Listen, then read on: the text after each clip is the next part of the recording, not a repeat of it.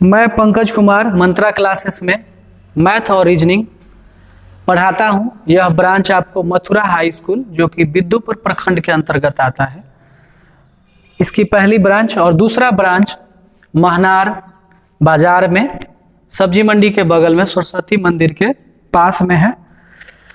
तो यहाँ पे आप ऑफलाइन क्लास ले सकते हैं।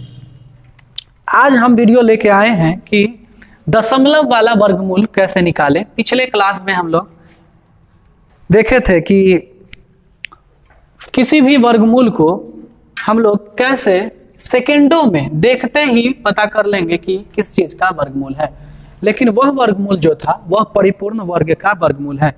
अगर आप लोगों ने वो वीडियो नहीं देखा हो तो जरूर देखें, वह बहुत ही फायदेमंद होगा।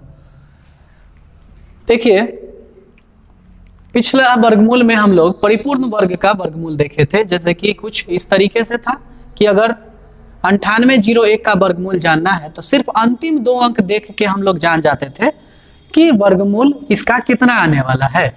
यानी कि इसमें से एक घटा देंगे 100 में से, चूंकि यह 1 का वर्ग है तो 100 में से 1 चला जाता तो 99 आ जाता। यह 99 का वर्गमूल था। यानी कि अगर 9604 इसका वर्गमूल निकालना था तो केवल अंतिम दो अंक देखते और 100 में से 2 को घटा देते तो ये 98 आ जाता। तो अभी हम लोग ये नहीं देखेंगे, ये वीडियो हम लोग डाल चुके हैं। तो अगला वीडियो में हम लोग देखना चाहते हैं कि परिपूर्ण वर्ग न रहे तब कैसे वर्गमूल निकालेंगे। तो सबसे पहले मैं यह बात बता देना चाहता हूं कि हम लोगों की बुक में शुरुआत से ही गुणनखंड विधि और भाग विधि का प्रयोग शुरू से ही किया गया है। तो आखिर हम लोग एक अलग विधि का प्रयोग क्यों करें? तो यह जरूरी है कि चूंकि आप रेलवे, बैंक, एसएससी या किसी भी अन्य प्रतियोगी परीक्षा की तैयारी कर रहे हो तो आपको समय को बचाना होता है। टाइम जो है एक बड़ा चैलेंज लेके आता है, तो उसी टाइम को मिनिमाइज करने के लिए हम लोग एक नया मेथड से सीखेंगे। और अभी जो परीक्षाएं हुई हैं उसमें कुछ दशमलव का भी वर्गमूल पूछा गया है, जैसे कि आपको 0.5 का वर्गमूल कितना होगा, 0.6 का, 0.7 या 8 का वर्गमूल क्या होगा, ये सब चीजें भी अभी के परीक्षा में पूछी गई है। तो सबसे पहले हम अभी बिना दशमलव का वर्गमूल देख लेंगे और फिर दशमलव का भी वर्गमूल देख लेंगे। देखिए, जैसे पहला क्वेश्चन हम ले लेते हैं कि अगर आपको 17 का वर्गमूल निकालने के लिए कहा जाए तो आप क्या कीजिएगा। तो इसमें कुछ नहीं करना है, बहुत ही आसान होगा कि आप देखिए ये 17 है तो आप सबसे पहले ये देखिएगा कि किसके वर्ग के नजदीक पड़ रहा है। तो यह 4 के स्क्वायर यानी कि 16 और 5 के होल स्क्वायर यानी कि 25 के बीच में पड़ रहा है। तो आप यह नहीं बता पाइएगा कि इसका एग्जैक्ट कितना वर्गमूल होगा, लेकिन ये तो जान सकते हैं कि 4 और 5 के बीच होगा, यानी कि 4 दशमलव समथिंग होगा। तो इसमें यह एक सन्निकट विधि है जो कि अप्रोक्सीमेट प्रोसेस होता है। तो हम लोगों को यह जानना होगा कि ये जो दिया हुआ अंक है यह किसके नजदीक पड़ रहा है। तो ऑब्वियसली यह 16 के ही नजदीक पड़ रहा है, यानी कि अगर हम इसको √16 और 1 लिख देंगे तो इसके पास पहुंच जाएंगे। 17 का वर्गमूल निकालने के लिए हम लोग √16 और प्लस में 1 और जिसके नजदीक का जिसका यह हम वर्ग लिए हैं उसी में 2 से गुना कर देंगे, यानी कि 4 का है तो यह 4, यानी कि यहाँ पर अगला स्टेप आपका 4 जोड़ 1/8 आ जाएगा और यह 8 चौका 32 और 1 33/8 आ जाएगा। इसको अगर आप भाग देंगे तो यहाँ पे हम भाग देके बता देते हैं कि 8 से अगर आप 33 में भाग देंगे तो 8 चौका 32 और 1 आ जाएगा, दशमलव बैठाइएगा तो 10 एक बार में लगेगा और फिर 2 20 यानी कि 8 दूना 16 और फिर आपको 2 अंक तक हम लोगों का काम चल जाएगा। ठीक है, तो 4.12 यह इसका लगभग वर्गमूल हो जाएगा। 2 अंक तक ही मैक्सिमम अगर आप देखते होंगे तो आपको जितना भी आंसर्स पूछा जाता है वो 2 अंक तक रहता है। अगर आपको आगे भी देखना हो तो आप इस तरीके से 3 अंक तक, 4 अंक तक निकाल सकते हैं। चलिए, तो अगला जैसे कि अगर मान लीजिए कि हमें √51 का वर्गमूल निकालने के लिए कहे तो यह परिपूर्ण वर्ग नहीं है, यानी कि इसका जो मान आएगा वो दशमलव में आएगा। तो सिर्फ यहाँ पर जैसे किए हैं सेम उसी तरीके से करना है कि चूंकि यह 7 के नज़दीक है और 8 के बीच में, तो 7 का स्क्वायर 49 और 8 का 64, तो नज़दीक तो 49 का ही पड़ रहा है। तो इसको क्या करेंगे, तो रूट अंडर 49 और 2 और बटा में, चूंकि यह 7 का स्क्वायर है तो 7 दूना 14, यहाँ पे 4 का स्क्वायर था तो 4 दूना 8 लिखे थे, तो यहाँ पर 7 दूना 14 ले लेंगे और ये 7 आ जाएगा, ये कट जाएगा, 1/7 आ जाएगा। यानी कि यहाँ पर 7, यानी कि 7 जोड़ 1/7, 7 49 और 1 50/7, जो इसको भाग देने पे आएगा। एक बार फिर से इसको हम लोग भाग दे के देख लेते हैं। तो 7 बार में लगेगा 49 और 1 बार में 10, यानी कि 0.1 बार में 7 और फिर 30 आ जाएगा, तो 7 चौका 28, यानी कि 7.14 अप्रोक्सीमेट आपका वैल्यू आ जाएगा। 7.14 अप्रोक्सीमेट वैल्यू आ जाएगा। अब आप कहेंगे कि हमेशा हम एक ऐसा एग्जाम्पल ले रहे हैं जो कि इसके नज़दीक पड़ रहा है, तो अब हम लोग एक ऐसा एग्जाम्पल ले लेते हैं जो कि इससे दूर पड़ता हो। जैसे कि मान लीजिए कि अगर हम कहेंगे कि आप बताइए कि रूट अंडर 61 का वर्गमूल क्या होगा, तो आप कहेंगे कि यह 7 और 8 के बीच में पड़ेगा, क्योंकि 7 का होल स्क्वायर 49 और 8 का 64 होता है। तो नजदीक किसके पड़ रहा है, 8 का। तो हम क्या करेंगे कि इसमें 64 तो लिख देंगे, और कितना कम है, 3 कम है, तो 3 यहाँ पर लिख दिए और माइनस यहाँ पे किए, क्योंकि पीछे जा रहे हैं तो माइनस कर दिए, आगे जा रहे थे तो प्लस कर दिए। और यहाँ पर देख लीजिए किसके नजदीक है, 8 का, तो 8 दूना 16 हो गया। और ऑब्वियसली अगली बार से हम लोग क्या करेंगे कि इस स्टेप को बिना लिखे सीधे 8 लिख देंगे, इस स्टेप को बिना लिखे 7 लिख देंगे, इस स्टेप को बिना लिखे 4 लिख देंगे, तो और भी समय बचाया जा सकता है, एक लाइन बचाया जा सकता है।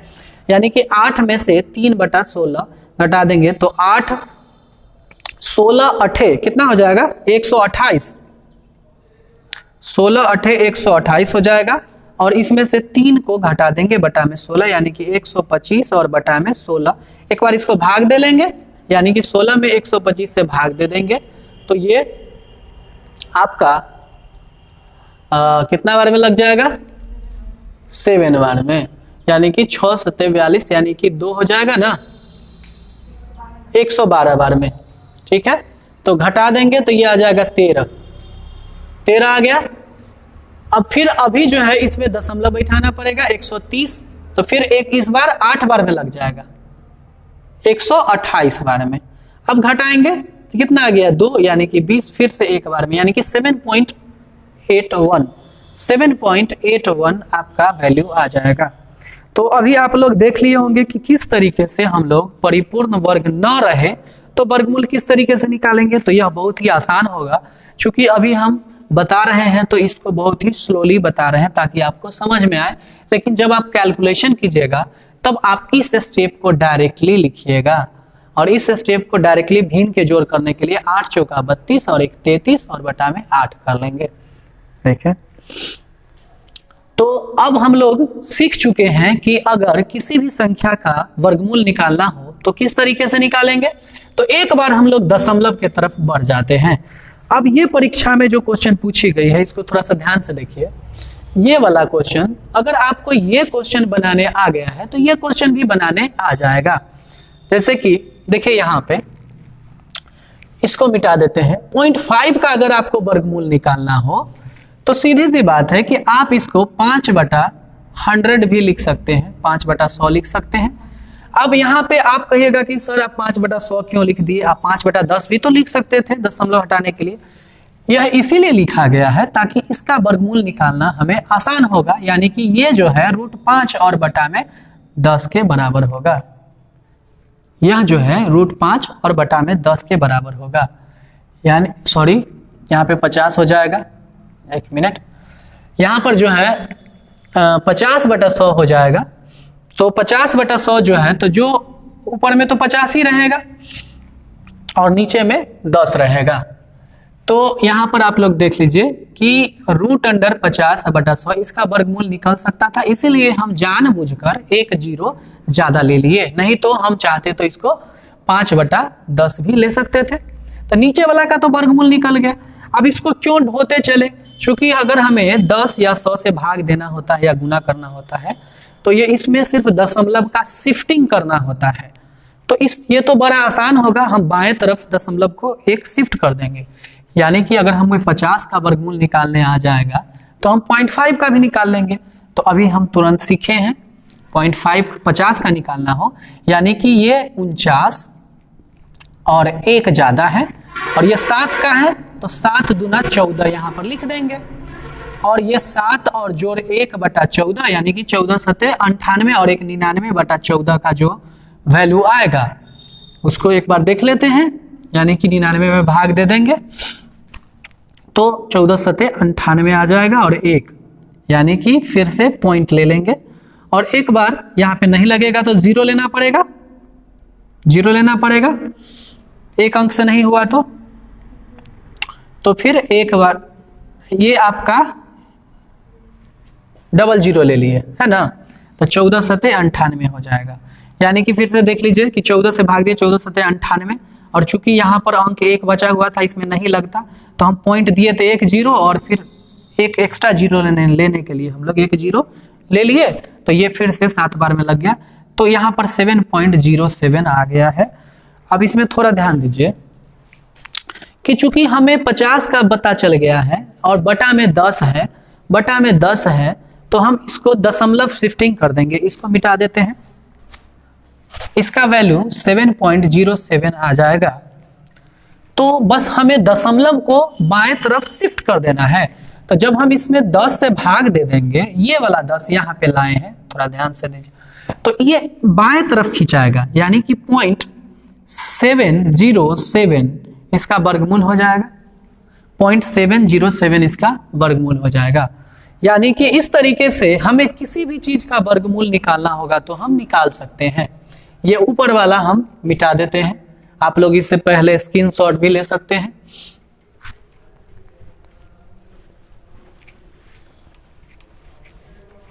देखिए, जैसे 0.6 का आपको जानना है तो सीधी सी बात है कि हम जो है इसको 60 और बटा में 10 लिख सकते हैं। तो 60 का तो हम सिखा ही चुके हैं, क्या हो जाएगा इसमें, यानी कि आपको 64 में से आपको 4 चला जाएगा तो 60 हो जाएगा, और 2 गुना कर दीजिए तो 8 दूना 16, यानी कि ये आपका कट जाएगा 4 बार में, और ये 8 में से 1/4 घट जाएगा। यानी कि आप इसको अलग से भी पॉइंट में निकाल सकते हैं, यानी कि 8 में से घटा देंगे कितना 0.25 ना, यानी कि 7.75 आ जाएगा। लेकिन यहाँ पर आप देखिए कि क्या हमें केवल 60 का चाहिए था, नहीं, हमें 0.6 का चाहिए था वर्गमूल। तो इसमें एक बार 10 से भाग देंगे, ये 10 कहाँ से आया है, यहाँ से आया है, तो ये 0.775 हो जाएगा। ऐसे मोस्टली जो है आपको 2 अंक तक का ही वर्गमूल आपको वैल्यूएबल रहेगा। ऑप्शन से आप इसके नजदीक जा सकते हैं और ABCD में से कोई ना कोई आंसर आपको मैच कर जाएगा। तो अभी हम लोगों ने देखा कि किस तरीके से जिसका वर्गमूल दशमलव में आ सकता है उसका हम लोगों ने देखा, और उसके अलावे हम लोगों ने ऐसा वर्गमूल भी देखा है इससे पहले वीडियो में जिसमें दशमलव में नहीं आता है, यानी कि परिपूर्ण वर्ग का वर्गमूल। तो अब आप लोगों का वर्गमूल की पूरी कक्षाएं समाप्त हो चुकी हैं। इसी के साथ धन्यवाद।